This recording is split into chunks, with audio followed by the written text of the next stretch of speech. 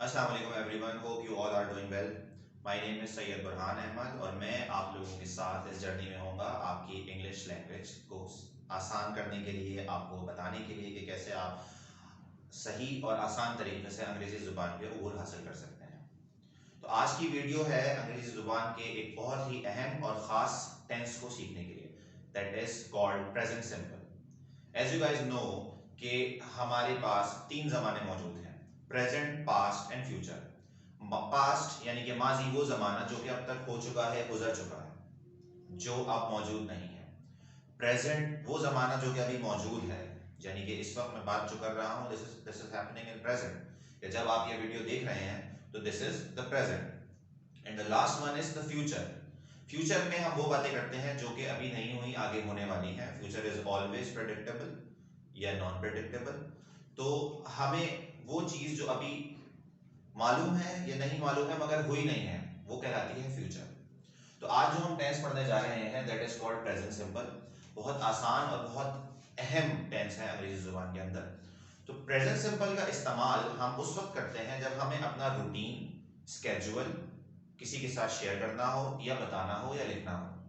क्योंकि ये प्रेजेंट में है और एक सिंपल सेंटेंस है, तो इसको समझने के लिए आप इसकी मिसाल ऐसे लीजिए कि कोई भी काम आप रोजमर्रा की बुनियाद पे करते हैं। जैसे कि आप एक खास वक्त पे जागते होंगे, एक खास वक्त पे सोते होंगे और एक कोई सी खास वक्त पे लंच करते होंगे।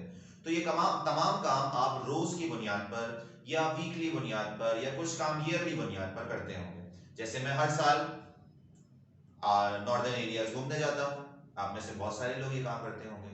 जैसे आप में से हर महीने अपनी गाड़ी को मैकेनिक के पास ले जाते होंगे, या कुछ लोग हैं रोजाना जिम जाते हैं, कुछ लोग रोजाना ऑफिस जाते हैं। ये तमाम काम आप एक रूटीन के अंदर करते हैं। तो इन तमाम कामों को अंग्रेजी जुबान के अंदर ट्रांसलेट करने के लिए, बताने के लिए, एलैबोरेट करने के लिए आपको प्रेजेंट सिंपल टेंस की मदद लेने की जरूरत होती है। तो आइए समझते हैं कि इस टेंस को बनाया कैसे जाता है। सबसे पहले हमें एक सब्जेक्ट रिक्वायर होता है। In English, we always require a subject whenever we want to make a sentence. Without subject, without the doer of an action, when the sentence is the action sentence, we cannot make a sentence. तो याद रखिए कि काम करने वाला होना, मौजूद होना जरूरी है जब कभी भी हम किसी सेंटेंस को कंस्ट्रक्ट कर रहे हो। तो इसी तरह क्योंकि प्रेजेंट सिंपल भी एक टेंस है, एक सेंटेंस है, तो इसके लिए हमें सब्जेक्ट की जरूरत होती है। सब्जेक्ट के अंदर हमें यह देखना पड़ता है कि हम बात किसके लिए कर रहे हैं। अगर बात कहने वाला अपनी खुद की बात कर रहा है तो अगर वो सिंगुलर है तो वो अपने आप को आई कह के पुकारता है, और अगर बात करने वाले एक से जायद हैं तो वो अपने आप को वी कहकर पुकारते हैं। तो अगर इस वक्त मैं अपने लिए एक जुमला बनाऊंगा तो मैं लिखूंगा आई। अगली चीज जो कि प्रेजेंट सिंपल के अंदर रिक्वायर्ड होती है that is called verb. Without verb we can not make a sentence. और वर्ब मुख्तलिफ किस्म के हो सकते हैं, बेशुमार किस्म के हो सकते हैं। इट डिपेंड्स ऑन यू कि आप इस वक्त क्या कहना चाहते हैं। तो अगर मैं इस वक्त कहना चाहूंगा कि मैं अंग्रेजी पढ़ाता हूं, तो ये क्योंकि मेरा एक रूटीन का वर्क है, दिस इज माय जॉब, और मैं ये काम almost I do it on daily basis, तो मैं इसे प्रेजेंट सिंपल की मदद से कह सकता हूं। तो पढ़ाने के लिए मैं वर्ब इस्तेमाल करूंगा टीच का। तो याद रखिए कि प्रेजेंट सिंपल के अंदर मैं जो भी वर्ब इस्तेमाल करूंगा मुझे उसकी फर्स्ट फॉर्म रिक्वायर होती है। So if I want to make this sentence complete, so I would write I teach. Now I have written I teach here, so it means it is a present simple tense, but still it requires some more information, so I would write I teach English. मैं English पढ़ाता हूं, मैं ये काम करता हूं, मैं ये काम रोजमर्रा की बुनियाद पे करता हूं। मैं रात को सो भी रहा हूं तब भी अगर कोई मुझसे पूछे कि क्या आप इंग्लिश पढ़ाते हैं, so I would say yes I teach English, मैं अंग्रेजी पढ़ाता हूं। अमूमी तौर पे हम इसको कंफ्यूज कर देते हैं मैं इंग्लिश पढ़ा रहा हूं से। तो याद रखिए जब कभी भी आप कोई इस तरह का जुमला गाएंगे जिसमें आप बता रहे हो कि आप उस मौजूदा वक्त में क्या काम कर रहे हैं, जैसे मैं इस वक्त इंग्लिश पढ़ा रहा हूं और हो सकता है इस वीडियो के बाद नहीं पढ़ा रहा हूं, तो जो काम हम इस वक्त कंटिन्यूअसली कर रहे हो उसके लिए हमें प्रेजेंट सिंपल का इस्तेमाल नहीं करना। प्रेजेंट सिंपल इस्तेमाल होता है उन कामों के लिए जो हम रूटीन बेस पे करते हैं। इसकी एक और मिसाल, You cook food. तुम खाना पकाते हो। वेरी इजी सेंटेंस, तुम खाना पकाते हो।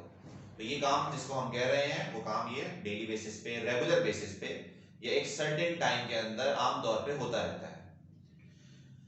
तो ये प्रेजेंट सिंपल बनाने का तरीका है। आप अपना डेली रूटीन शेयर कर सकते हैं प्रेजेंट सिंपल की मदद से कि मैं सुबह उठता हूं, I wake up early in the morning, then I take breakfast, I eat egg in the breakfast and I also take tea. This is my routine. I go to my institute and I take classes. I teach my students and I also learn from them. After that, I take lunch in the afternoon. Then I offer my prayers and then I take a little bit time for rest. तो ये तमाम काम मैं रोजमर्रा की बुनियाद पे करता हूँ, इसलिए मैं इसे प्रेजेंट सिंपल के अंदर बना रहा हूँ। अब एक अहम बात जो हमें याद रखना जरूरी है वो है कि जब कभी भी हमारा सब्जेक्ट थर्ड पर्सन सिंगुलर हो जाए, यानी कि जिसके बारे में बात हो रही है, अगर वो शख्स या वो चीज सिंगल है, वो शख्स या वो चीज सिंगल है, यानी अगर मैं किसी लड़के के लिए बात करूंगा तो I would refer him as he, या फिर अगर मैं किसी लड़की के लिए बात करूंगा तो I would call her she. और इसी तरह अगर मैं उनका नाम लूंगा तो that would be their name. But if the noun is singular, अगर वो नाउन सिंगल हुआ तो मुझे वर्ब के अंदर, वर्ब की फर्स्ट फॉर्म के अंदर एस या ईएस का या आईईएस का इजाफा करना पड़ता है। तो अगर इसी जुमले के अंदर मैं अपना सब्जेक्ट बना दूं शी, तो टीच के साथ मुझे ईएस का इजाफा करना पड़ेगा। शी टीचेस इंग्लिश, वो अंग्रेजी पढ़ाती है। इसी तरह ही कुक्स फूड, वो खाना पकाता है। या फिर अगर मैं कहूं माय सिस्टर फ्लाइज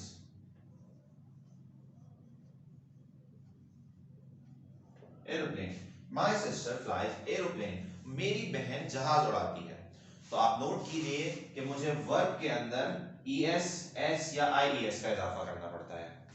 तो ये दो अहम रूल हैं जो आपको लाजमी याद रखने हैं प्रेजेंट सिंपल को बनाते वक्त, कि हमेशा वर्ब की फर्स्ट फॉर्म का इस्तेमाल करना है, और इसी के साथ साथ जब भी हमारा सब्जेक्ट थर्ड पर्सन सिंगुलर हो तो हमें वर्ब के अंदर एस, ईएस या आईईएस का इजाफा करना होगा। So guys, this is all for this video. अभी तक हमने प्रेजेंट सिंपल के अंदर जुमला बनाना सीखा है, वो है अफर्मेटिव सेंटेंस। जब हम इसका नेगेटिव और इंट्रोगेटिव सेंटेंस बनाएंगे तो उसके लिए कुछ डिफरेंट रूल्स अप्लाई होते हैं। तो उम्मीद करता हूं कि आपको ये चीज जो मैंने बताई है समझ में आई होगी।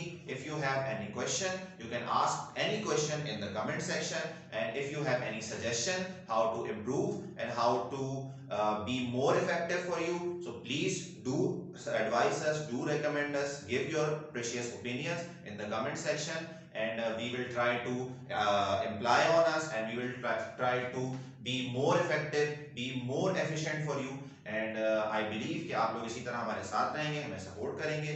So that's all for today. Thank you so much.